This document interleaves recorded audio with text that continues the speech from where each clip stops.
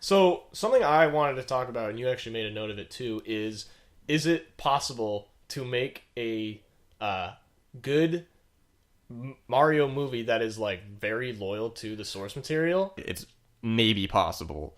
Is, like, Yoshi's Story or Yoshi's Island. That's the one I was thinking of. Because I just feel like I don't know exactly how you would do it. I guess, like, maybe it would be like Baby Bowser is told of, like, this prophecy where they're like, there's a baby that will be born and he will be your evil, he will defeat you. You need to destroy him. And so he sends, like, his Koopalings out to go get the baby.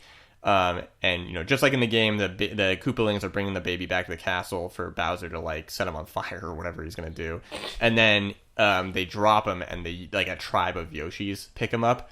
And then they're like, we need to go on this quest to, like, bring him back to the Mushroom Kingdom. I just feel like that would be difficult for the Yoshis. Having Yoshi as your main character. Well, because you can make him talk.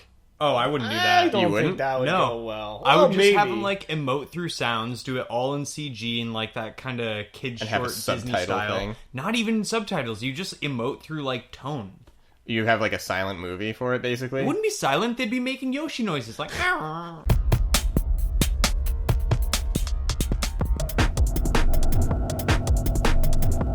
What if you had, like, Baby Mario be, like, 3 years old? And he can talk? Toddler Mario. Oh, that would be, like, little kid Baby Mario and little kid Luigi? Yeah, and he's just wearing pull-ups. Oh, that's it. That's what we would do. Right? That works. Cute. Yeah, that would be really cute. And so they're in the normal Mario outfits, but they're, like, 3 or 4, and they can talk to each other. And you could have Baby Bowser talk, too. Like, they'd have scenes where Baby Bowser's, like, you know, saying, I'm gonna get you. Yeah. Exactly. Yeah, you're right. Well, because Baby Bowser can talk. He was a little older. Right. And then you could have it be... Because, like, people kind of buy the idea that, like, little kids can, like, talk to animals a bit.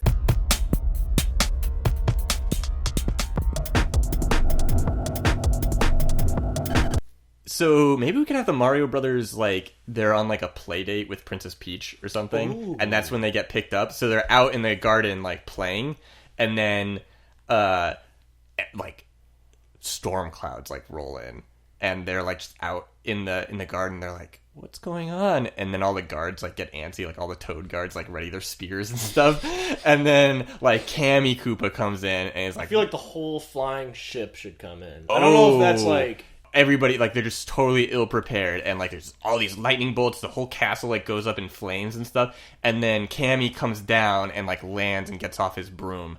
He, like, just slowly approaches the babies. Like, there's a shot, like a slightly overhead shot of little kid Mario and little kid Luigi, and they're just looking up at Cammy, and, like, a shadow, like, comes over them, and then it cuts to them on his broom, and he's got him under his arms, and he's, like, flying away, and then, like, the castle guards are, like, taking chase, in, like, their own flying ships, and they clip Cammy with, like, a bullet bill, and he falls off his broom, or he rolls off his broom like he's underneath it, and he kind of, like, drops the baby, or the Mario Brothers, and then he, like, gets back up on his broom, and, like, his broom is, like, sputtering now, like it's an airplane. It's like, and, like, there's, like, black smoke coming off of it, right. And so he has to, like, go land somewhere. Was there, like, a really tenuous relationship between the Mushroom Kingdom? Yeah, there should be, like, maybe they're dangerous animals. Right. That's so good. They're afraid of the Yoshis, because they're, and so... And they don't, like, respect them. They think they're, like, beasts. No, so so they don't go out. So the kids are told never to go out into the forest because there are Yoshis out there, and they think they're, like, scary monsters. And then when they get discovered by the green Yoshi, it's like he's all in shadow, and it's like they're about to get attacked, and then he just comes out, and he's like cute Yoshi, and he brings them back to the village. Yeah.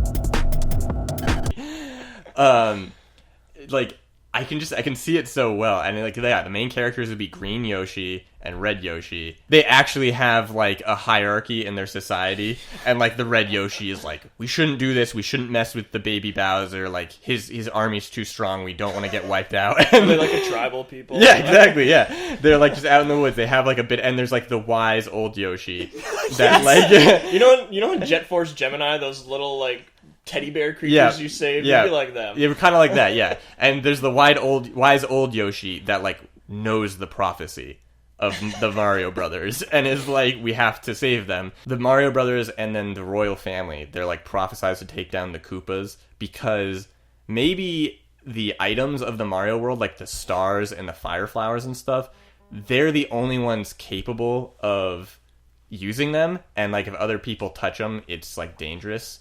And so they get together a team, and maybe the red Yoshi, maybe he's like really good friends with the green Yoshi, and the green Yoshi is not a good fighter, but he volunteers for the team. And so the red Yoshi is like one of their best fighters, and he's like, I want to protect my bro, but I don't agree with this mission.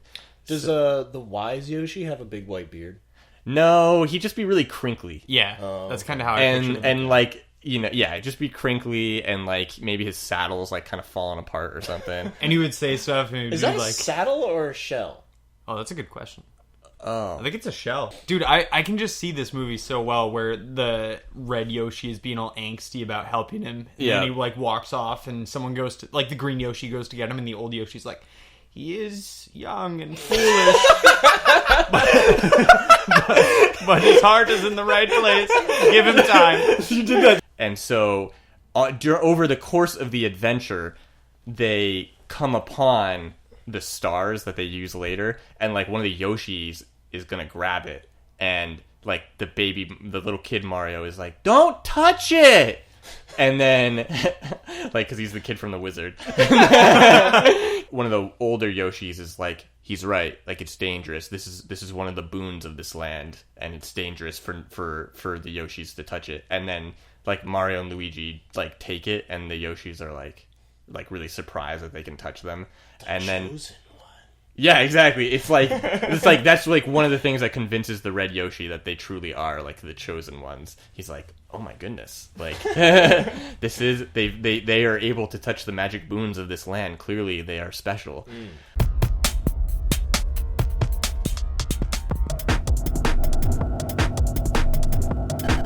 So, they have like do they have a black Yoshi? Yeah. So they could have like a mysterious like stealth. He's gotta be black. He's like the stealth black Yoshi. Why couldn't he be a white Yoshi, like an albino Yoshi? No, because he's like a ninja. Or I guess he could be like the ghost. I don't know. I'm just saying, why is he black? Well, I don't want to make this a race Yoshi thing race about Yoshis. into it. But no, it could be a white one that's like, they refer to him as the ghost, and he like never talks or whatever. I like to imagine when they introduce the ghost, it's like Lord of the Rings when they find, Aragorn for the first time. He's in the bar, and he's just like hooded, and it's just like really mysterious and edgy. Yeah, so before they go on the mission, they're like, we need the ghost. There should be a bit where like they get to like a town that is populated by like some tough toads, and there's like a bar in the town, and they need to go. Are they gonna have Brooklyn accents? Yes. Good. Oh, so this is where the ghost is hanging out. So you're not from around these. Yeah. I butchered that accent.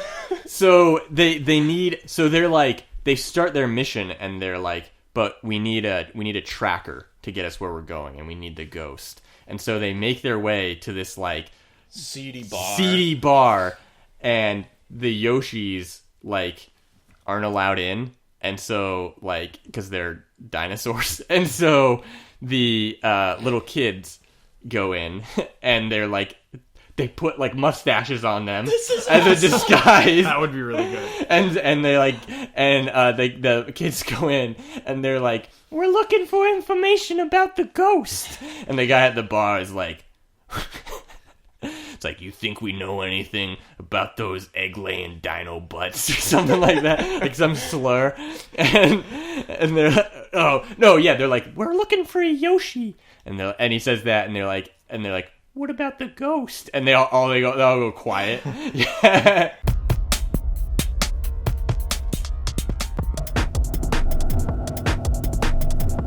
And they would go through, like, there'd be bits where they go through, like, Mario-styled areas where it's like, we gotta cross dry desert. Right. And it's like a Lawrence of Arabia type thing, where it's like, they're all, like, dying out in the heat. And then like, the rat people from Paper Mario. I was gonna say, Paper you Mario, can borrow a lot from Paper they Mario. come and they feed them fruits. We need to have a scene where, like, they sort of spend time together, and like, you kind of learn why the red Yoshi is like such a grump, and like the little kids like make it a little better. Like, you give him some melon, like a grape.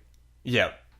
Maybe like there's a bit where they're taking a rest, and they're all eating fruit, and the red Yoshi is like kind of away from the fire, and then like little Mario like toddles over with some fruit for him, and he's like, "Aren't you hungry?" And he's like, "I'm on guard duty. I can't talk right now." And then like Mario just like plops down on his diaper next to him and starts like eating grapes, and he's like, "Are you sure they're really good?" And he's like, "Boy, I'm on guard duty. Go away." I'm like, "Okay, I'll be quiet." And then he just like sits there eating the grapes, and then finally the red Yoshi like gets hungry and starts eating, and then they start having a conversation, and the red Yoshi like talks about like how he got these scars. Have you ever seen a sky full of shy guys? Backstory for this character. There should be there should be a reason like why he doesn't. Oh, red Yoshi is not from that Yoshi tribe. He's from another Yoshi tribe that got wiped out by the Koopa army, and so that's why he doesn't want to mess with the Koopa army. That's why he's like, the Koopa's after these kids. Not worth it. It's not worth it. Yeah, exactly. And so like he talks about like the kid is like, "Why are you so scared all the time?" And he's like, "I'm not scared." He's like, I'm brave. I'm the bravest one here. I'm the best fighter." And he's like, "But you're real scared." And then like and then he starts talking about like where the fear comes from, and like he talks about it's like a flashback, it's like a war flashback. It's like his tribe on fire. Like all his friends and family. Well, dying. like no, this is what it would be blown up by bullet bills. No.